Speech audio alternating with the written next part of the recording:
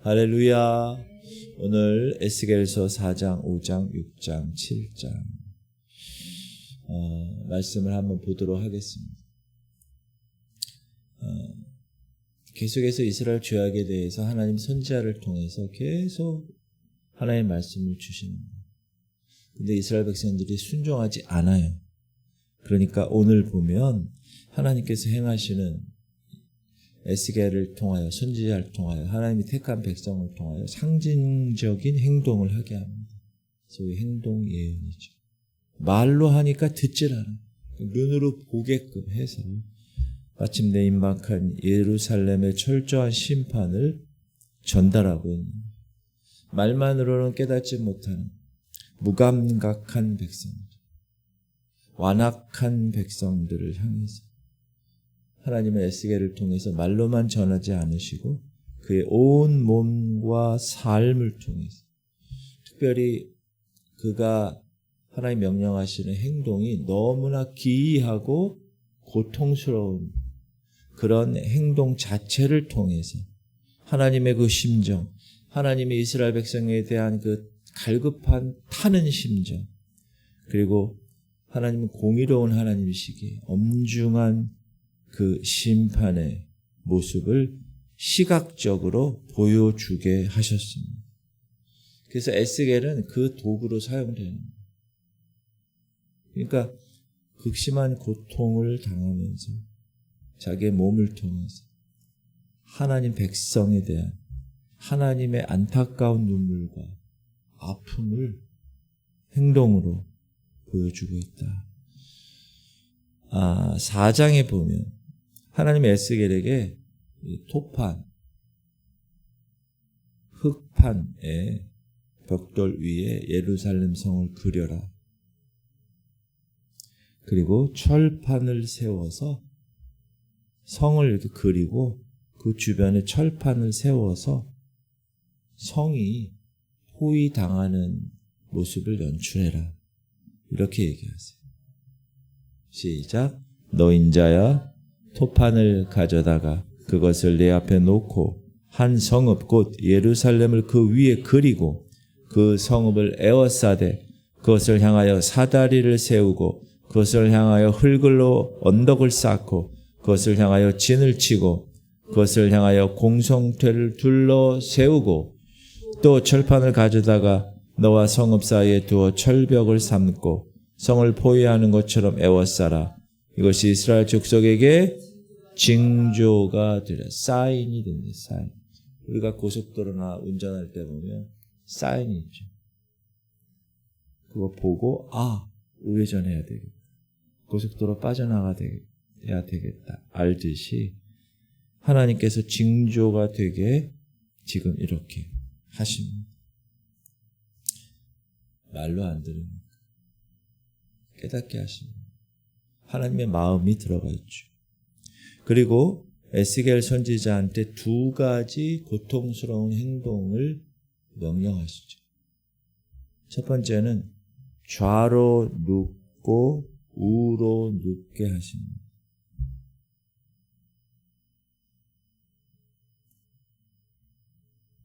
북이스라엘의 죄악을 위해서는 왼쪽으로 390일, 여러분 390일은 1년 한 3개월 됩니다.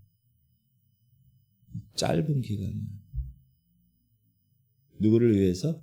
북이스라엘의 죄악을 위해서 390일을 왼쪽으로 누워있고 남유다의 죄악을 담당하기 위해서 오른쪽으로 40일을 눕게 하십니다. 거의 10배의 차이가 나죠.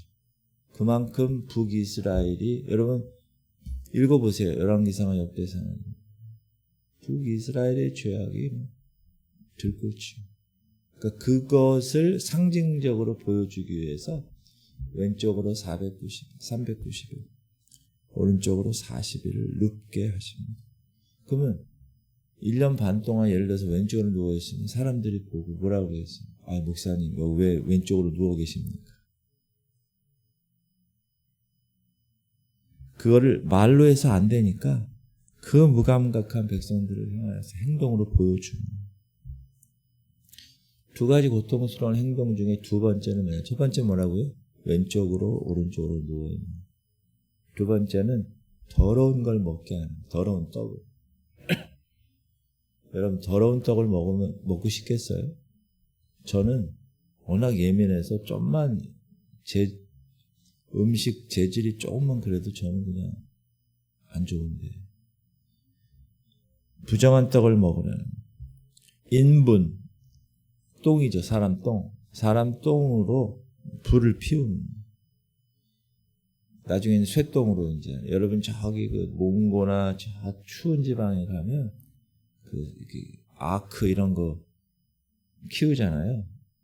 그럼 걔네들이 응아하잖아요. 응아하면 그거 안 버리고 이렇게 추운 지방에 이렇게 모아다 가지고 우리 저 호떡처럼 크게 이렇게 형상을 만들어 가지고 쌓아놔. 그리고 불을 떼는 거예요. 얼마나 냄새 나겠어요. 얼마나 지저분하겠어요. 그걸로 겨우 연명할 정도의 떡과 물을 먹게 하는 거예요. 누구에게? 에스겔이. 목사님, 왜 그거 드십니까? 알게 하려고 너희들 죄악을. 예루살렘이 포위당하게 될 거야. 나중에 백성들이 이런 상황을 겪게 될 거야. 극심한 기근, 더러운 상태를 너희들이 겪게 될 거야. 이걸 상징적으로 온몸으로 보여주는 거야. 오죽했습니다. 하나님. 안 들으니까. 웅둥이를 때려도 안 들으니까 선지자를 통해서 몸으로 390일을 어떻게 누워있어요? 쉽지 않아요. 원래 사람은 이렇게 누워요.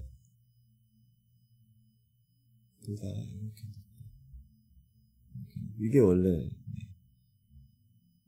원래 모습인데 고통스러운 행동을 명령하심으로 하나님의 메시지를 전해주시는 5장에 보면 또 하나 하나님은 날카로운 칼로 이 에스겔 선지자의 머리털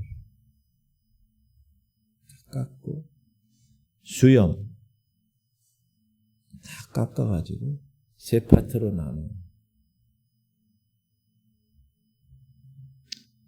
시작. 너 인자야, 너는 날카로운 칼을 가져다가 삭도로 삼아 네 머리털과 수염을 깎아서 저울로 달아 나누어 두라. 그 성읍을 에워싸는 날이 차거든 너는 터럭 3분의 1은 성읍 안에서 불사르고 3분의 1은 성읍 사방에서 칼로 치고 또 3분의 1은 바람에 흩으라. 내가 그 뒤를 따라 칼을 빼리라.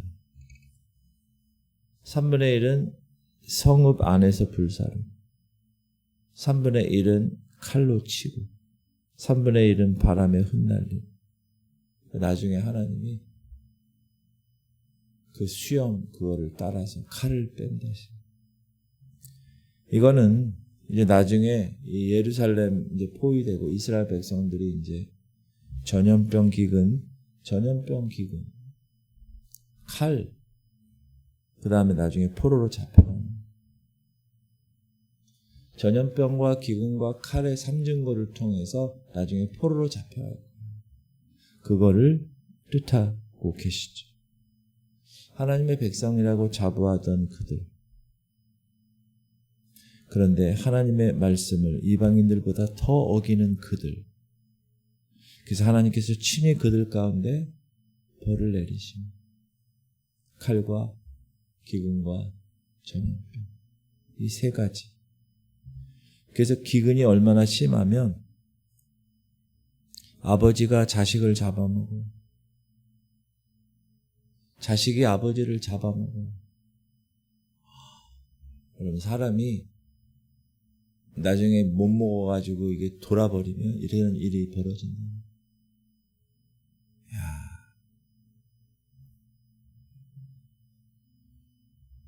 근데 이게 다 뭐라고요?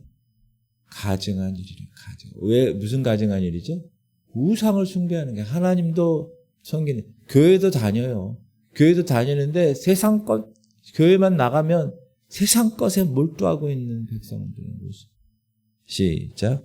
네 모든 가증한 일로 말미암아 내가 전무후무하게 네게 내릴지라. 그리한즉 네 가운데 아버지가 아들을 잡아먹고 아들이 그 아버지를 잡아먹으리라. 내가 벌을 네게 내리고 너희 중에 남은 자를 다 사방에 흩으리라. 이거 왜 그런다고요? 가증한 일. 네 모든 가증한 일. 하나님의 말씀은 그냥 듣고 그냥 끝나. 안 듣는 건 아니야. 예배는 나와. 근데 여기서 끝나고 그냥 왔다 그냥 가요. 그리고 거기서는 세상하고 똑같이 살아요. 하나님보다 세상을 더, 하나님보다 돈을 더, 하나님보다 인간관계, 세상의 힘을 더 따라가고 세상의 쾌락을 더 쫓아가는 모습. 여러분 그 이스라엘 구약의 이스라엘을 보면 누구를 생각하라고요? 나 자신을 생각. 야, 그 이스라엘 놈들 뭐 이렇게 그렇게 머리가 나쁘냐? 그렇게 반복되는 죄를 짓느냐?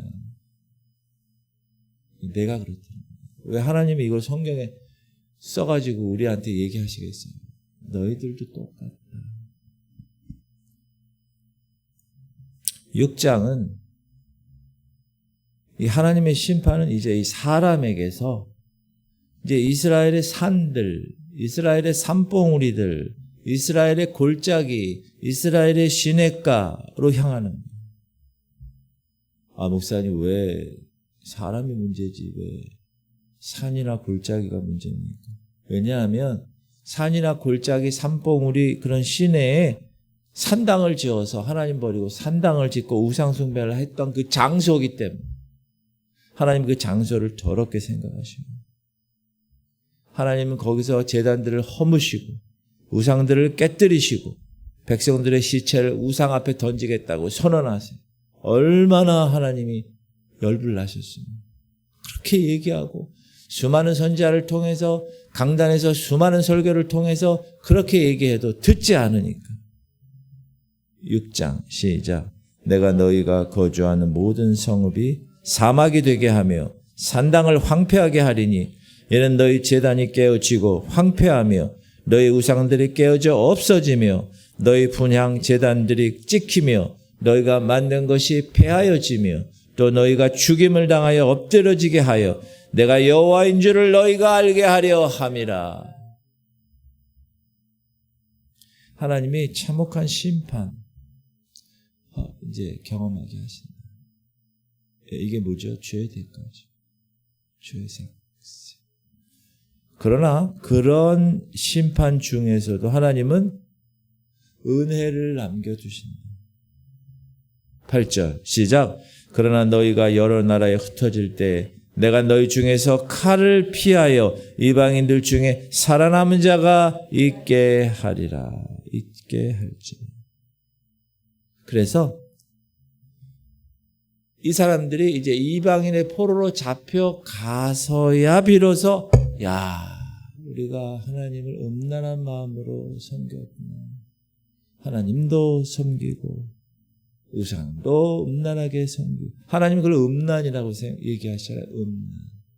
여러분 음란이 뭐예요? 다른 남자 다른 여자랑 같이 그 짓을 하는 거잖아요. 얼마나 더럽고 추악한 일이에요. 근데 이스라엘 백성이 그렇게 했다는 거예요. 그걸 하나님이 그렇게 얘기하신 거예요. 음란. 하나님을 떠났던 그 죄를 탄식하고 스스로 뉘우치게 되는 사건이 바벨론 포로 사건이에요. 그래서 그랬구나. 거기 종로를 타면서 우리가 이렇게 살 수밖에 없겠구나. 이 심판의 임박함이 7장에 보니까 이제 격정적인 어조로 심판의 불가피성을 하나님이 선포하세요. 2절 시작. 노인자야 주 여호와께서 이스라엘 땅에 관하여 이같이 말씀하셨느니라. 끝났도다. 이방 사방의 일이 끝났도다. 이제는 네게 끝이 이르렀나니 내가 네 진노를 네게 나타내어 네 행위를 심판하고 네 모든 가증한 일을 보응하리라. 이 임계점이 지났다는, 임계점을 넘어섰다. 참고 참으신. 여러분, 지금 이 마지막 시대의 마지막 주자의 삶을 하나님 보시는데, 하나님이 이제 임계점이 다다르면 이제 심판하시는 거예요. 그 심판의 날에는 금도 은도 다 필요 없어요. 다 길거리에 던져질 거예요. 그것들이 여호와의 분노의 날에 능히 견디지 못할 거예요. 영혼을 만족하게 하거나 배를 채우지 못할 거예요. 사람들이 그렇게 쫓아갔던 돈, 그 주식 투자, 그 ETF, 요즘은 엘리베이터 타면 선전에 그게 나와. 가족들이 밥 먹다가 어쩌고 핸드폰 보고. 너 그거 아직도 안 하냐? 그러니까. 어떻게 하는 거야? 그랬더니 엄마가, 야, 이거 이렇게 하는 거야. 그걸 자꾸 반복해요. 사람들이 보잖아요, 자꾸. 그럼 그게 뭐 하는 거야? 엄마 애들이 다 같이 해. 그게 사행성을 조장하는 거예요. 도박하는 거야, 도박. 쉽게 얘기하면. 지금 이 시대가 그렇게 자연스럽게 그냥 문화라는 명목으로 들어와가지고 다 지금 그것 때문에 돈 지금 날라간 사람들이 얼마나 많은지. 그래서 지금 정부에서 ETF 규제하고 어떻게 3천만 원, 5천만 원 이하는 안 된다 이런 얘기 하는 게 다 그런 거예요. 그게 다 성경적이지 않아서 그래요. 눈물로 씨를 뿌려야 기쁨으로 단을 거두는 한 큐 잡아가지고 그냥 평생 편하게 사는 게 지금 이 시대의 문화잖아요. 젊은 애들의 사고방식. 지금 오늘 이 말씀을 보면서 금과 은으로 채우지 못한다. 절대로 심판의 날에는 길거리에 던져질 거야. 그것들이 죄악의 걸림돌이 될 것이야. 예루살렘 성전 안에 있는 금으로 된 보물들, 세속적으로 다 자기 통장에 넣었던 재물들, 하나님의 거룩한 공의 앞에서는 구원의 조건이 되지 않아요. 구원의 힘이 되지 않아요. 그거를 하나님이 지금 계속해서 반복해서 얘기해 주시는 행동 예언을 통해서 얘기하시고 선지자의 입을 통하여 얘기하시고 하나님의 마음을 여러분 한번 느껴보세요. 여러분 부모들이잖아요. 부모들이 자식에 대해서 얼마나 돌아오라 안 된다. 근데 자식들은 다 자기가 잘난 줄 알고 지 혼자 큰 줄 알고 다 그렇게 하잖아요. 저도 우리 어머니 아버님에 대해서 그랬고 그렇죠? 다 마찬가지잖아요. 그때 가서야 깨닫는 거예요. 바벨론 포로로 잡혀가야 깨닫는 거예요. 얻어 터져야 깨닫는 거예요. 아, 그렇구나. 오늘 주시는 본문의 말씀을 통해서 하나님의 주시는 영적인 교훈을 받고자 합니다. 우리 성도들은 아까도 제가 얘기했지만 하나님의 마음을 품고 살아갈 수 있어야 돼요. 이 시대를 보면서 나 자신을 보면서 하나님의 마음이 어떨까? 에스겔 선지자를 보세요. 자기의 몸의 고통을 통해서 아니 왼쪽으로 1년 이상 오른쪽으로 한 달 이상 얼마나 힘들까? 털을 다 깎아 머리도 다 밀어 다 날려 자기 몸의 고통을 통해서 죄를 향한 하나님의 분노 안타까운 백성들을 향한 그 간절한 마음을 계속 전달하는 거예요. 그 선지자 마음이 어떨까? 야, 하나님이 얼마나 마음이 아프시면 이렇게 하실까? 그런 생각처럼 여러분이 그런 세상의 지금 죄악과 세상의 방탕함을 보면서 여러분이 에스겔 선지자가 되셔야 돼요. 그래서 여러분이 그 하나님의 마음을 느껴야 돼요. 야, 저렇게 무감각하게 살아가고 있구나. 믿지 않는 내 남편, 믿어도 영 신앙에 접근하지 못하려, 저렇구나. 그런 안타까운 하나님의 마음을 품고 이 시대를 바라보며 오늘도 살아가실 수 있길 바랍니다. 두 번째는 하나님보다 내가 더 우선순위로 여기는 것, 그게 우상이라는 거예요. 근데 그런 우상을 모두 다 철저하게 제거해야 된다.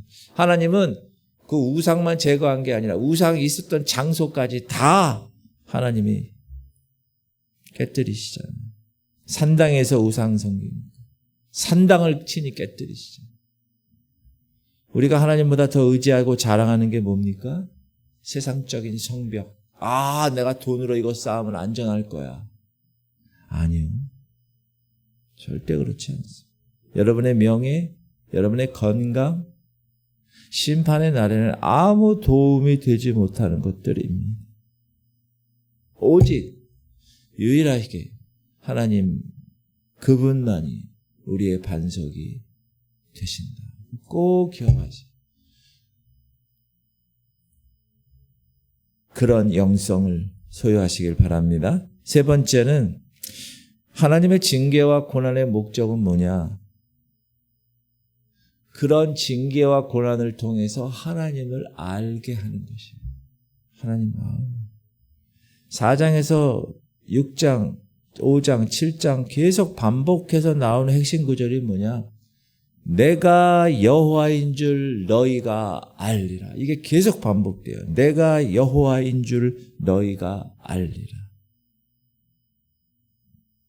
하나님이 여러분에게 고난을 주고 하나님이 여러분에게 어떤 힘든 어떤 그런 삶의 모습을 허락하시는 이유는 우리를 멸망시키고 죽이고 하려는 것이 아니라 그건 사단이 하는 거예요. 사단은 죽이고 멸망시키러 온 거예요. 그러나 하나님은 그러지 않아요. 우리의 방황을 멈춰라. 하나님만이 생명의 근원이시다. 하나님만이 구원의 주권자이시다. 이걸 깨닫게 하시려는 사랑의 몽둥이라는 회초리. 그러니까 항상 어떻게 생각해야 돼요? 어떤 문제가 생겼다.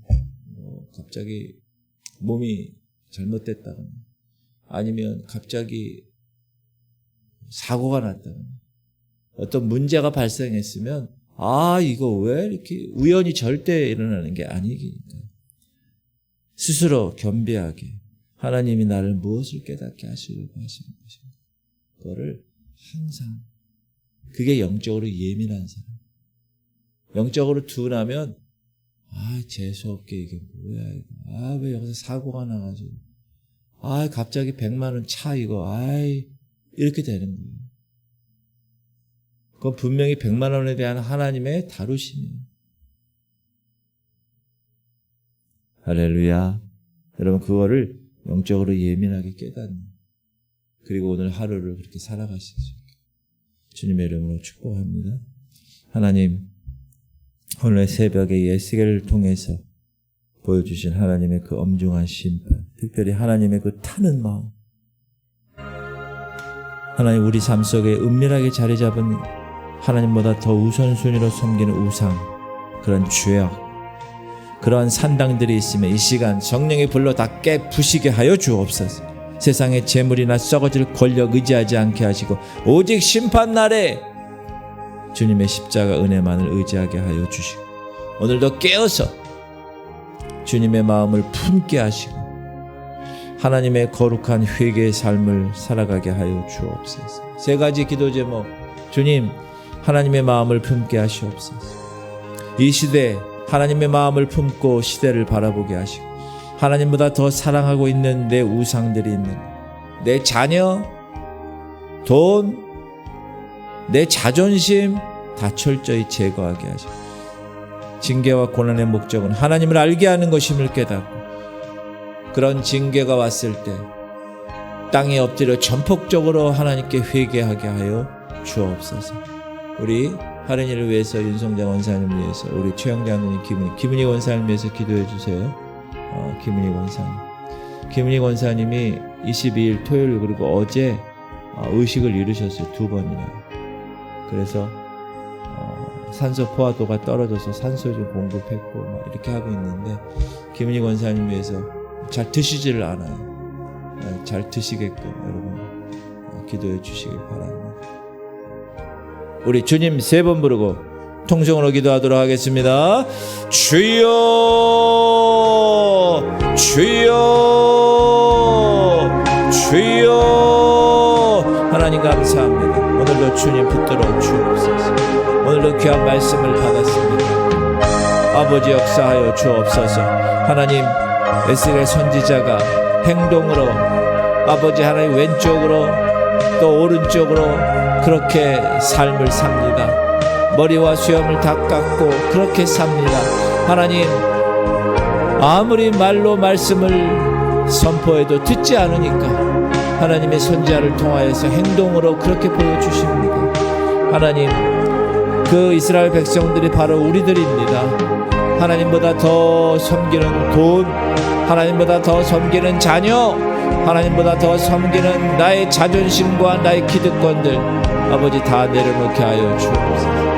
주님 우상 숭배 지금 이 시대에 내가 아버지 목상을 만들어 섬기고 아버지 하나님 돌상을 석상을 만들어 세우는 그런 우상을 섬기지 않지만 하나님보다 더 우선순위로 섬기는 것이 있습니다. 세상, 돈, 아버지 세상을 따라가려는 마음